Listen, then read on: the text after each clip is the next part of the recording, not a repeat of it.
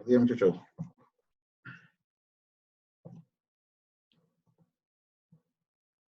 Buenas.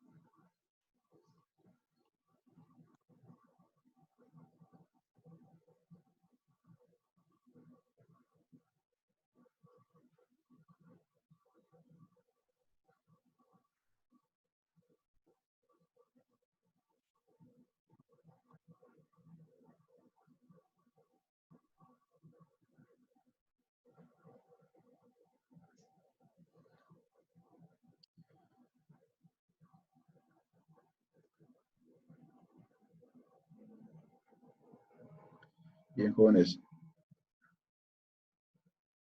Yo creo que Jorge no se puede ahí unir al meeting, pues a la reunión. Pues vamos a iniciar. El, el método que vamos a ver el día de hoy es igual para resolver sistemas de ecuaciones lineales. Tiene que ver con métodos iterativos. Los métodos que vimos anteriormente realmente sí manejan iteraciones, se puede decir, pero no como lo hemos manejado o como un método numérico lo maneja. Si recuerdan, las iteraciones en métodos anteriores se basan en una precisión. O sea, hasta que se cumpla cierta regla, hasta que se cumpla cierta condición, hasta ahí dejamos de interactuar y decimos que ya encontramos una solución. En los métodos anteriores, realmente las iteraciones, en esto que vimos, el de Gauss y el de Cholesky, las iteraciones dependen realmente de la cantidad o del tamaño del sistema de ecuaciones, es decir, cuántas ecuaciones tiene. Pues la iteración no depende de la cantidad de ecuaciones, sino depende de una condición, como repito, lo hemos manejado en otros métodos anteriores, ¿no? Sobre todo de esto de acá. Por eso están clasificados como métodos iterativos, ¿no? Y los que vamos a manejar aquí en la materia serían esos dos, el de Jacobi y el de Gauss-Seidel, ¿de acuerdo? Realmente son muy parecidos ambos métodos, aplican para el mismo tipo de sistema de ecuaciones y solo difieren en una pequeña parte, ¿no? El de Gauss-Seidel se puede decir, perdón, que es el más complejo, el más complicado en aplicar o de entender, mejor dicho, ¿no? Entonces es el que vamos a aplicar el día de hoy, el de Gauss-Seidel, ¿no?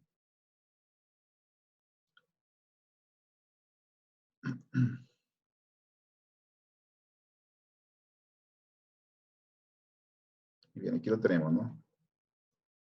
Dice que este método, que es iterativo, y se utiliza normalmente para resolver sistemas grandes, ¿no? Sistemas de ecuaciones grandes. Pero dice que tiene una desventaja, que no siempre encuentra una solución. Y cuando lo hace, normalmente lo hace muy lentamente. Sobre todo si realizamos los cálculos de forma manual, ¿no? Es decir, dice, se tienen que hacer muchas iteraciones. Obviamente esto pues, depende de la precisión que quiera manejar para mi solución final. Sin embargo, dice que cuando el valor absoluto del coeficiente dominante para una incógnita diferente en cada ecuación es mayor que la suma de los valores absolutos de otros coeficientes de esa ecuación, la convergencia está asegurada. Te repito, voy a repetir este párrafo. Cuando el valor absoluto del coeficiente dominante para una incógnita diferente en cada ecuación es mayor que la suma de los valores absolutos de los otros coeficientes de esa ecuación, la convergencia está asegurada. ¿Qué se refiere a esto? Dice, esto que se describe anteriormente es un sistema diagonal. Y dice que un sistema diagonal es una condición suficiente para asegurar la convergencia, pero no es una condición necesaria para este método. ¿Ok? ¿Qué se refiere? Que si mi sistema que quiero resolver bajo este método es un sistema diagonal, sí voy a encontrar solución. Si no es un sistema diagonal, no significa que no vaya a encontrar solución. Sí puedo encontrar solución, pero no me asegura que la encuentre. O sea que si el sistema no es diagonal, puede que no encuentre solución con este método de Gauss-Seidel. Sin embargo, si es diagonal, siempre voy a encontrar solución bajo este método. Y ahorita voy a explicar qué es un sistema diagonal ya con un sistema de ecuaciones para que se entienda más claro esto que se menciona aquí. Como nota dice que los sistemas de ecuaciones que se derivan de muchos problemas de ingeniería son del tipo en el cual siempre existen coeficientes dominantes. O sea, siempre hay un sistema diagonal, o la mayoría de los problemas de ingeniería hay un sistema diagonal. Y acá está, dice un ejemplo de un sistema diagonal es el siguiente, este que está acá. Que dice, el valor absoluto del coeficiente dominante para cada incógnita diferente en cada ecuación es mayor que la suma de los valores absolutos. Es decir, yo tomo el coeficiente mayor de esta ecuación, hablando obviamente nada más de los coeficientes del lado izquierdo, ¿no? No del término independiente. El coeficiente mayor de esta ecuación viene siendo el 20. Sin importar el signo, ¿no? Dice porque habla de valor absoluto. ¿Ok? El valor absoluto del coeficiente dominante. Dice, si este es mayor que la suma de los valores absolutos de los anteriores, este va a ser el que voy a tomar como elemento de esta ecuación para mi diagonal dominante, ¿no? Entonces, 20 en este caso es mayor que 5 más 1, es decir, que 6. Entonces, en la X1, este va a ser mi elemento dominante, ¿no? O mi coeficiente dominante. De la segunda ecuación, el elemento dominante, o el mayor, mejor dicho, es este, el 15. Entonces, este tiene que ser mayor que la suma del resto de los coeficientes de las incógnitas, ¿no? En este caso, 15 sí es mayor que 5 más 2, que sería 7, ¿no? Y por último, tengo este elemento, que es el mayor de esa ecuación. Entonces, dice que debe ser mayor que la suma del resto, es decir, 10, repito, no importa el signo, 10 debe ser mayor que la suma del resto, que es 5 más 1, que es 6. Entonces, este es un sistema diagonal, o es un ejemplo de un sistema diagonal. Y normalmente tratamos de acomodarlo, el sistema diagonal, para que la diagonal dominante sea la diagonal principal de mi sistema, ¿no? ¿Por qué? Porque pudo estar desordenado, pudo ser que el primer elemento, el primer elemento dominante de la ecuación 1 pudo haber sido el de x2, luego aquí el de x1, luego aquí el de x3. Entonces trataríamos de acomodarlo para que la diagonal dominante o los elementos dominantes sean los de la diagonal principal. Y así me queda un sistema diagonal. ¿De acuerdo? Entonces ahí tenemos el ejemplo este de un sistema diagonal, ¿no? Repito así de forma muy rápida.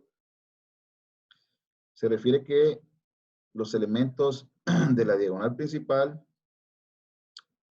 o el coeficiente de la diagonal principal sea mayor a la suma de los valores absolutos del resto de los coeficientes. Que 20 sea mayor que 5 más 1, que 15 sea mayor que 5 más 2 y que 10 sea mayor que 5 más 1.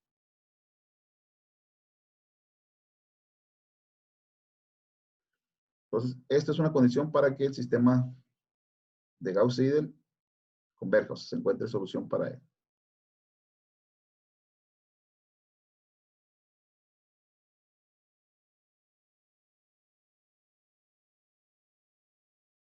Y directamente estos son los pasos a seguir para resolver bajo el método de Gauss-Seidel. Paso número 1 dice, darle un valor inicial a cada incógnita que aparezca en el conjunto, o sea, en el sistema de ecuaciones. De ser posible, hacer una hipótesis razonable de estos valores. En caso contrario, inicializar con ceros. ¿A qué se refiere el paso 1? Si yo tengo 3 incógnitas, o sea, mi sistema es de 3 ecuaciones, yo tengo que inicializar esas incógnitas con ciertos valores. O sea, x1 hay que darle un valor, x2 otro valor, x3 otro valor. Dice, de ser posible, hacer una hipótesis razonable de estos valores, es decir, no darle cualquier valor. O sea, si yo sé más o menos cuáles son los valores por conjunto de solución de x1, x2 y x3, pues darles un valor cercano, ¿no? Entonces, si tengo una idea de cómo saber qué valores son, le doy esos valores. Si no, dice, en caso contrario, inicializar con ceros, que es normalmente lo que hacemos, ¿no? En la primera iteración, los valores iniciales de x1, x2, x3, hasta xn, van a ser igual a 0. En la segunda iteración, ya que apliquemos el método los valores que voy a estar obteniendo son valores muy cercanos ya a mi solución final. ¿De acuerdo? Entonces, realmente si le doy un valor muy cercano, no me ahorra mucho en cuanto a la cantidad de iteraciones que voy a realizar.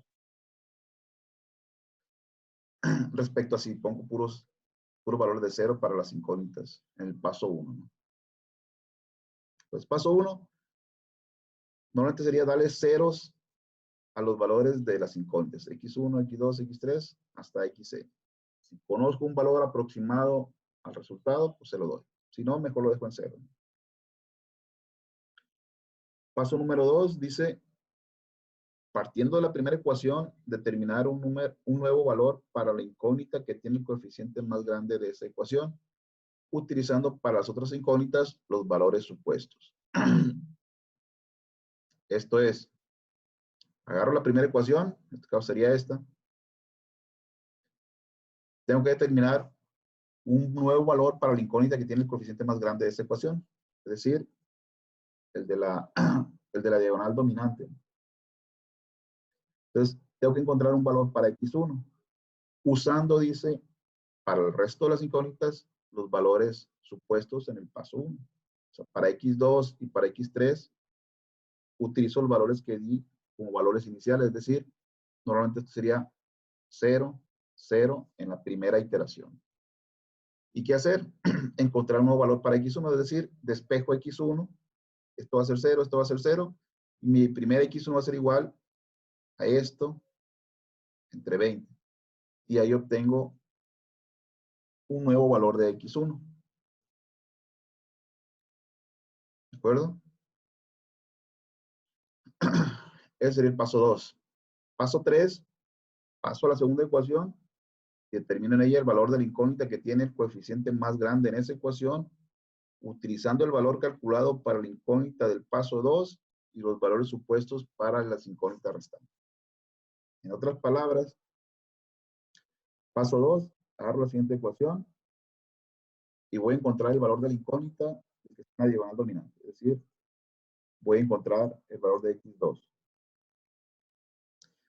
Y dice que utilice los valores para el resto de las incógnitas, o sea, para este y para este, de acuerdo a donde vayamos, al paso en que vayamos.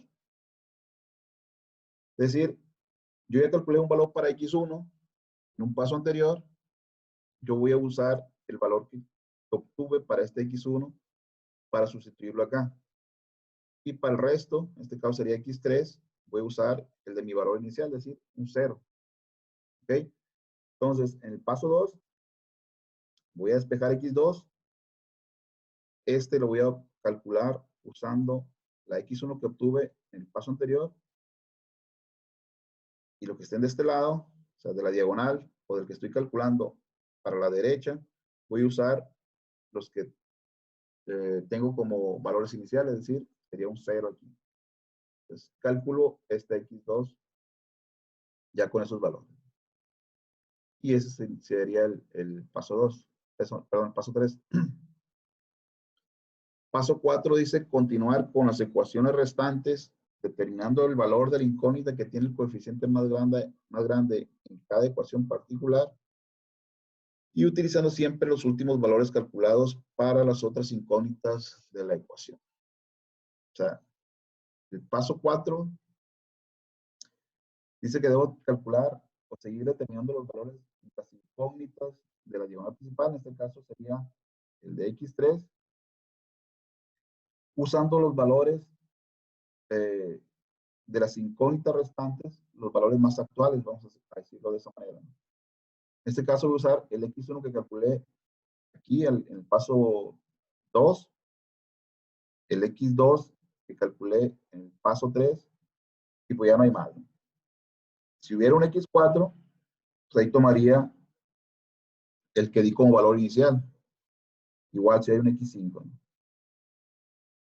Luego me pasaría a la siguiente ecuación, dado caso de que fuera de 4 por 4, de 5 por 5, haciendo lo mismo. O sea, calculando o determinando el valor de la incógnita de la diagonal dominante, y para el resto de las incógnitas utilizar los valores calculados recientemente o en su defecto los que di como valores iniciales para cada iteración. No sé si se explique esa parte, ¿no?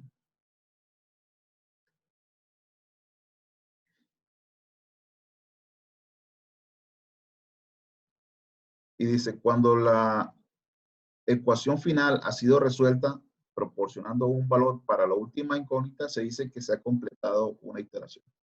Entonces, en este caso, si es de 3 ecuaciones, cuando ya calculé la última incógnita, ahí termina una iteración.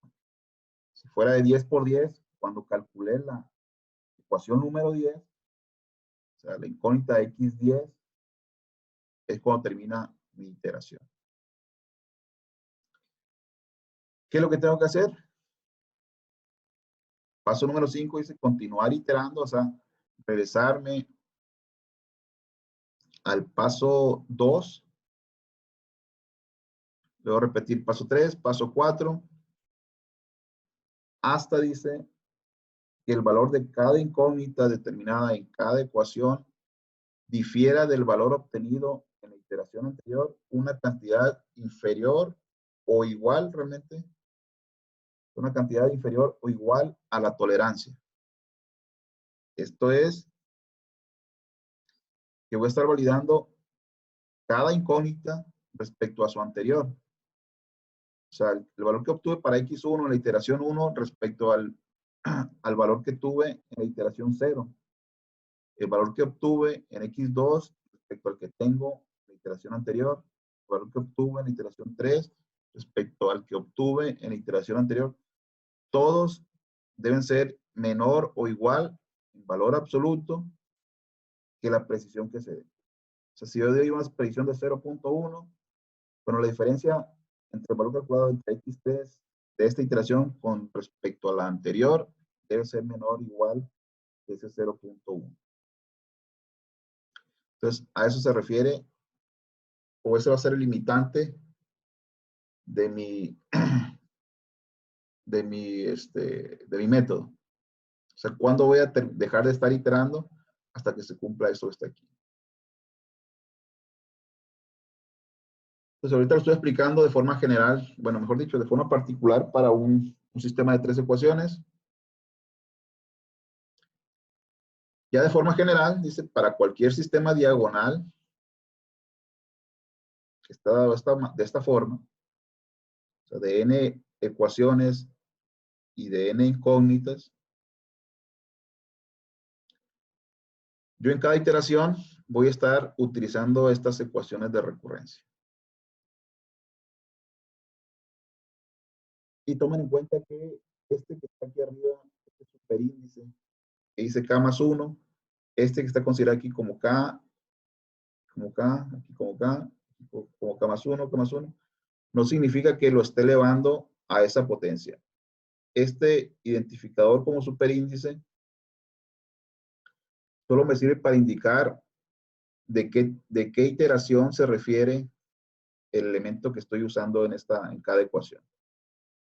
O sea, yo voy a iniciar siempre con la iteración K igual a 0. Para empezar a resolver mi sistema, yo voy a tener una iteración K igual a 0. En esa iteración, yo decía, normalmente voy a empezar a darle valores a los incógnitos, es decir, x1 va a ser igual a 0, x2 va a ser igual a 0, x3 va a ser igual a 0, hasta una xn igual a 0. Es lo que se hace normalmente en la primera iteración, que es la iteración k igual a 0. En la siguiente iteración, que es la que se hace, empezaría a usar estas ecuaciones de recurrencia, pues yo me voy a basar en ese valor de k. ¿Okay? Entonces, si k vale 0, con esta ecuación de recurrencia yo voy a calcular la iteración, o mejor dicho, el valor de x1 de la iteración 1. O sea, de la iteración siguiente, vamos a decirlo. ¿Por qué? Porque si k vale 0, aquí estoy calculando la k más 1, esa sería la x1 de la iteración 1. Dice que va a ser igual a esto, menos a1, 2 por x2 de la iteración k, es decir, de la iteración 0, que sería, en primera iteración, la iteración inicial, pero el valor de la iteración inicial, el valor de x2. Entonces, a eso se refiere este valor de k usado como superíndice. Repito, no es que se esté elevando el x3 a esa potencia, ni el x2 a esa potencia, ni el xn, ni aquí que el x1 esté elevado a esa potencia. Es nada más para identificar a qué iteración se refiere. Entonces, de forma general, para un sistema de n ecuaciones, de n incógnita, este serían mis ecuaciones de recurrencia.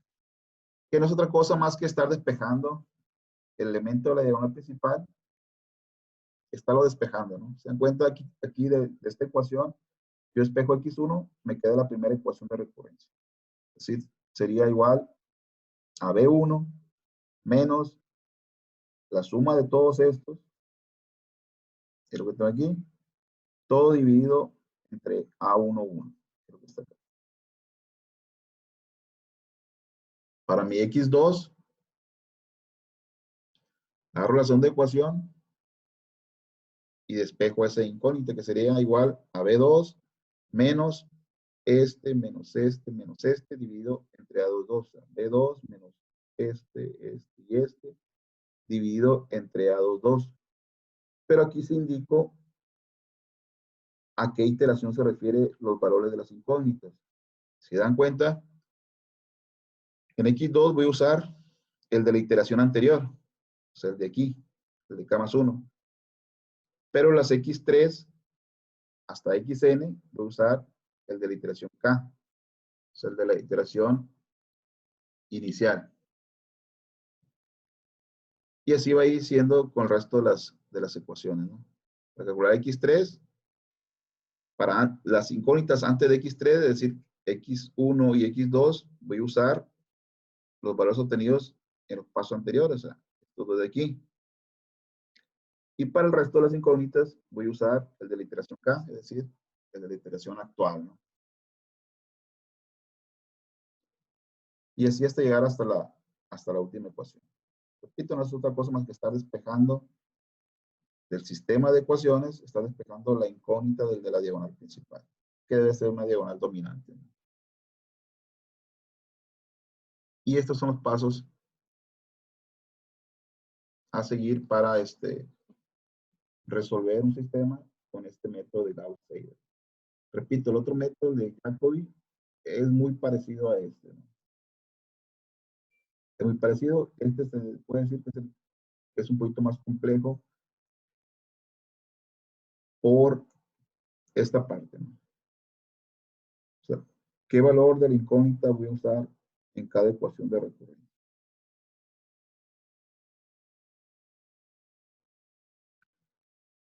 ¿Dudas, jóvenes?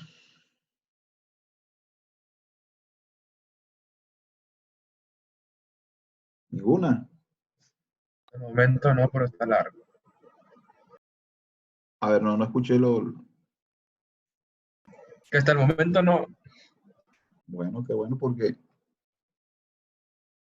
este ejercicio que está aquí, usted me lo van a hacer para el día de mañana.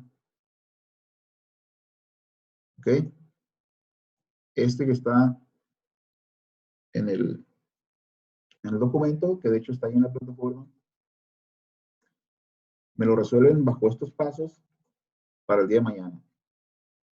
No me lo van a entregar, simplemente lo resuelven para el día de mañana y el día de mañana pues, resolvemos las dudas, o mejor dicho, haríamos el ejercicio para que vean ustedes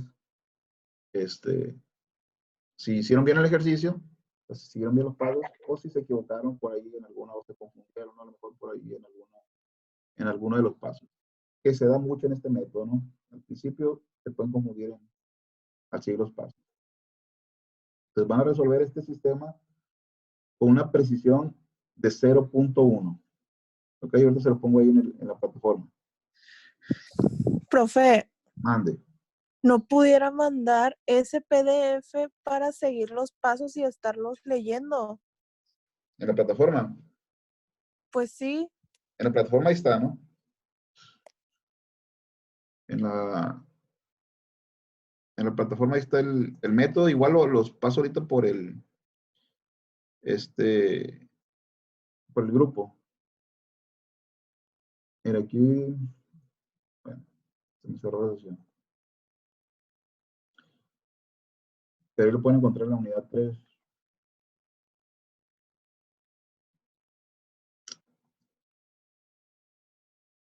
Unidad 3.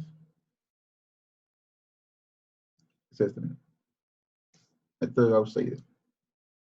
¿Ok? Esta no es la tarea, ¿no? La que estoy dejando ahorita es esta que está acá. No la van a subir a la plataforma, repito, hagan su cuaderno y el día de mañana vemos las dudas o las conclusiones que han tenido al resolver el método.